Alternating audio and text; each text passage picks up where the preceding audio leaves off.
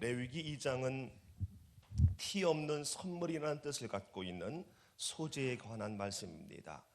이 소재는 구대의 5대 제사 가운데 유일하게 동물이 아닌 우리 일상생활에 가까이 있는 곡물로 드리는 제사 방식으로 1절부터 3절까지는 고운 가루 그 자체를 드리는 소재에 대해서, 그리고 4절부터 10절까지는 그 고운 가루를 갖고 굽거나 부치거나 찐 것으로 드리는 소재, 그리고 11절부터 13절까지는 누룩과 꿀을 삼가하고 그 다음에 언약의 소금을 칠 거에 대해서, 그리고 14절에서 16절은 첫 이삭을 볶아 찌은 것으로 드리는 소재에 대해서 설명을 하고 있습니다. 그러면 이 소재에는 어떤 의미가 있는지를 살펴보겠습니다. 먼저 1절 전반절 말씀해 보니까 이 소재는 자원하여서 드리는 감사의 제사다라는 겁니다.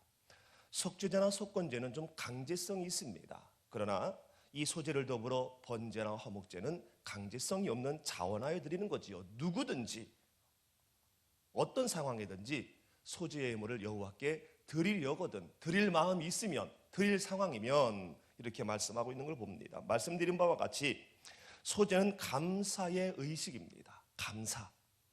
그래서 단독으로 드려지지 않았어요. 번제처럼 단독으로 드려지지 아니하고 속죄제나 속건제를 먼저 드린 후에 더하는 식이기 때문에 강제성이 없는 거예요.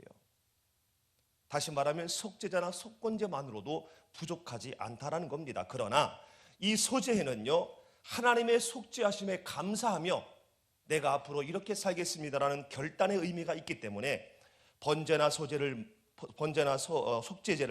마무리하는 차원으로 거의 감사하는 그러한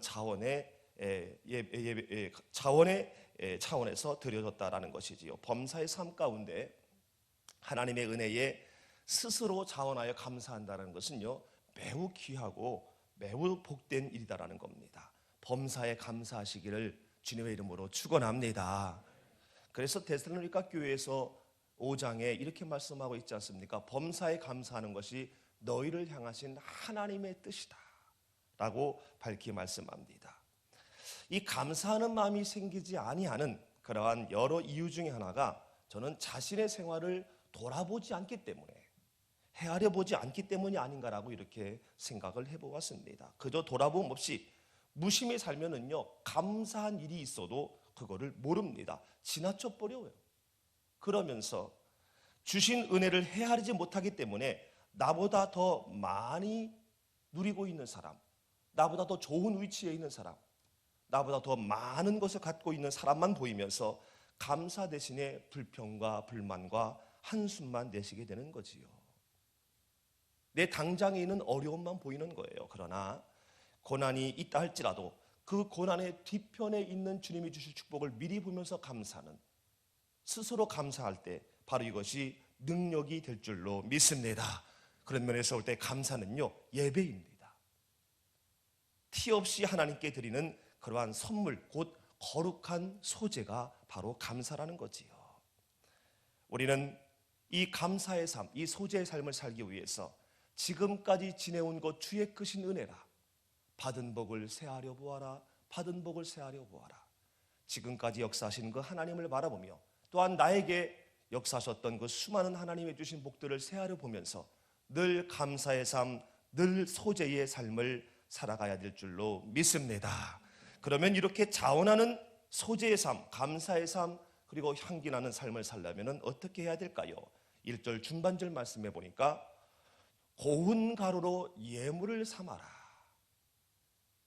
하나님께 드려지는 곡물, 그 모든 소재물은 바로 나 자신입니다.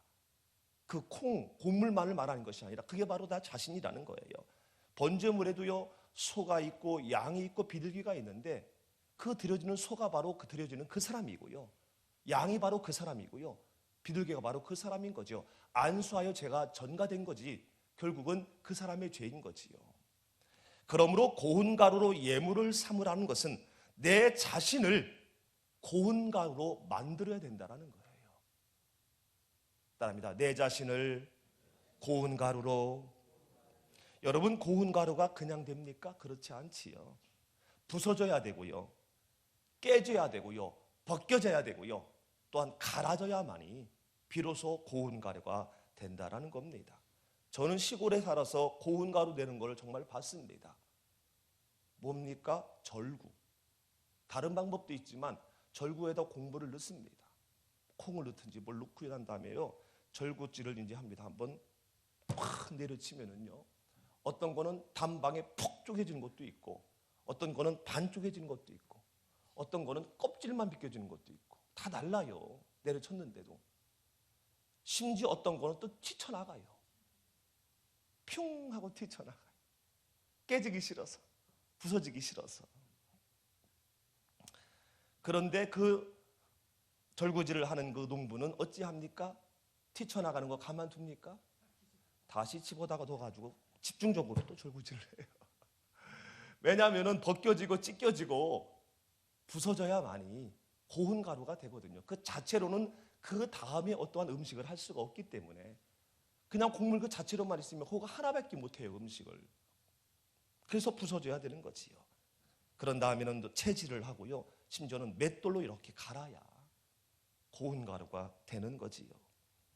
이렇게 고운 가루가 되어야 붙이기도 하고 굽기도 하고 찌기도 하고 이렇게 여러 가지의 이 기능을 하게 되는 것이지요. 사랑하는 성도 여러분, 감사와 향기 나는 소재의 삶을 살기 위해서 우리는 지금 십자가의 절구통에 집어넣어야 할 것이 무엇입니까?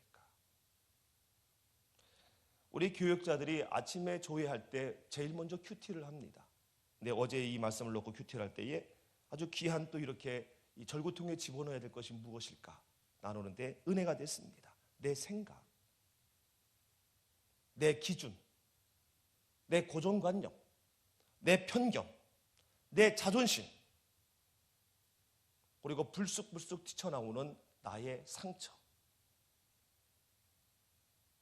나의 욱하는 성격, 나의 잘못된 여전히 갖고 있는 여러 가지 습관들, 이거 다 십자가 절구통에 집어넣어야 할 줄로 믿습니다.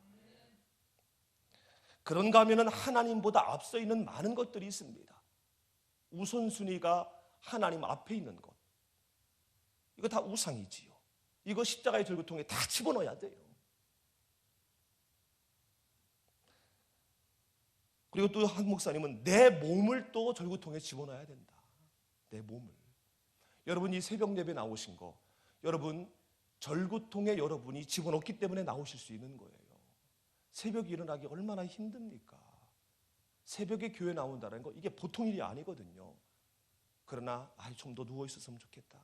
오늘 여러 가지 일들이 있는데, 이거 피곤한데, 이거를 고운 가루로 만들었기 때문에, 부숴버렸기 때문에 여러분의 몸이 지금 이 성전 안에 와 있는 거 아니겠어요? 뿐만 아니라 누룩이나 꿀과 같은 그러한 것들이 내 육체를 유혹합니다. 누룩과 꿀은 세상 향락이에요. 그럴싸한 것들이거든요.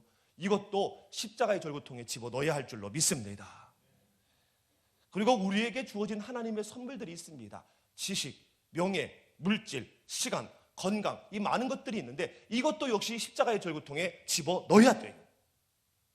그냥 갖고 있으면은요, 제대로 쓰임받지 못합니다.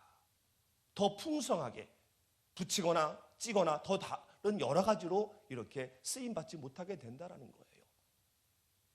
그런 것도 다 절구통에 집어넣을 때에, 고운 가루가 될 때에 비로소 하나님께 드려지는 여러 가지의 그러한 감사의 자원의 예물이 되게 될 줄로, 소재물이 될 줄로 믿습니다.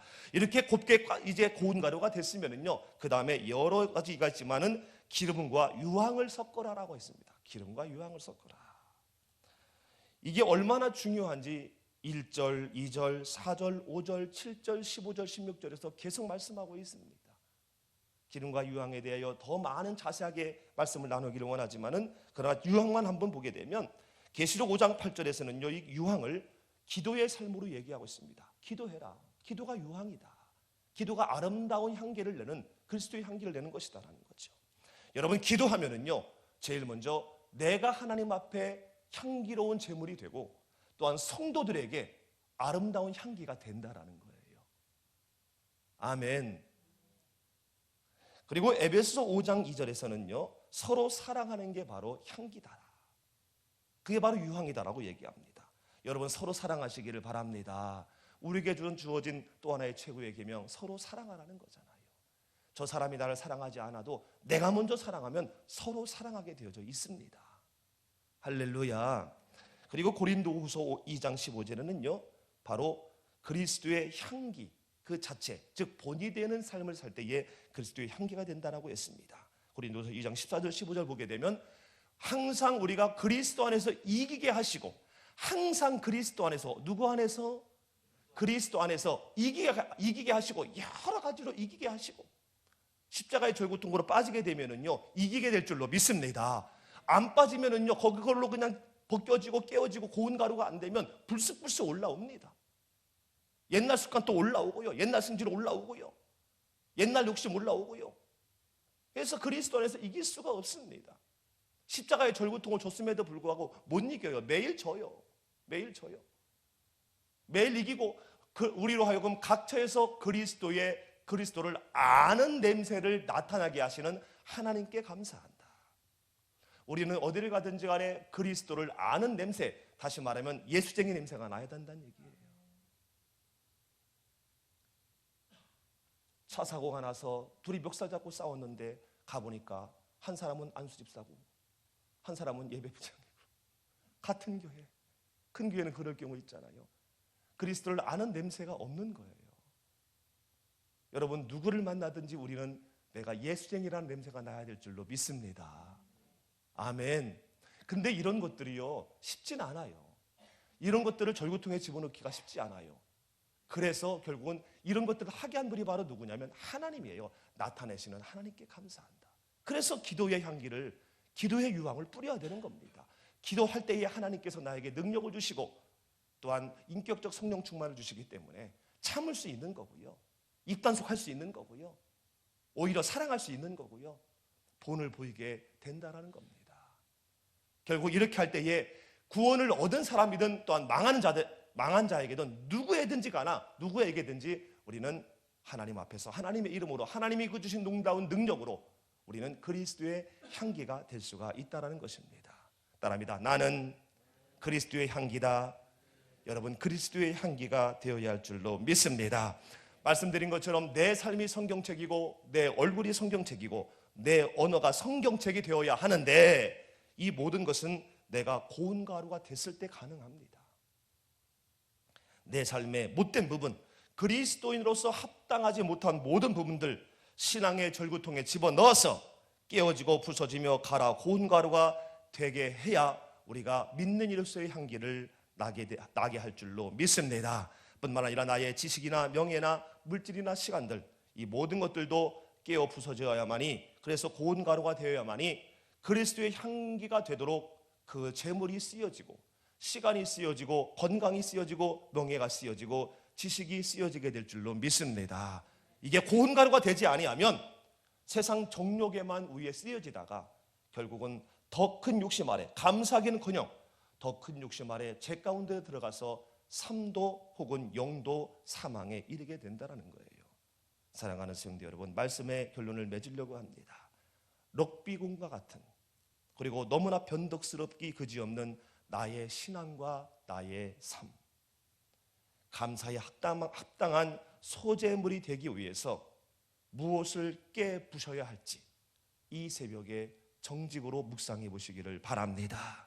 뿐만 아니라 영원히 죽을 수밖에 없었던 나에게 영생을 주신 하나님께 지금까지 지내온 것 주의 크신 은혜라 받은 복을 세하려 보면서 내가 얼마나 감사하고 있는지, 어찌 보면 감사보다 불평과 근심, 걱정을 앞세우며 불신자에게나 혹은 믿는 자에게도 그리스도의 향기가 아니라 오히려 악취를 내뿜지는 않았는지, 뭐 저런 사람이 교회를 다녀, 저런 짓 하고 저렇게 하는 사람이 무슨 교회를 다녀, 저런 사람이 무슨 직분자야 라며 하나님의 영광을 가리지 않았는지 이 시간 묵상을 해보며 결단하길 원합니다. 하나님, 오늘도 그리스도의 향기로운 소재물이 되어 감사와 영광의 소재를 드리는 하루가 되게 하여 주시옵소서.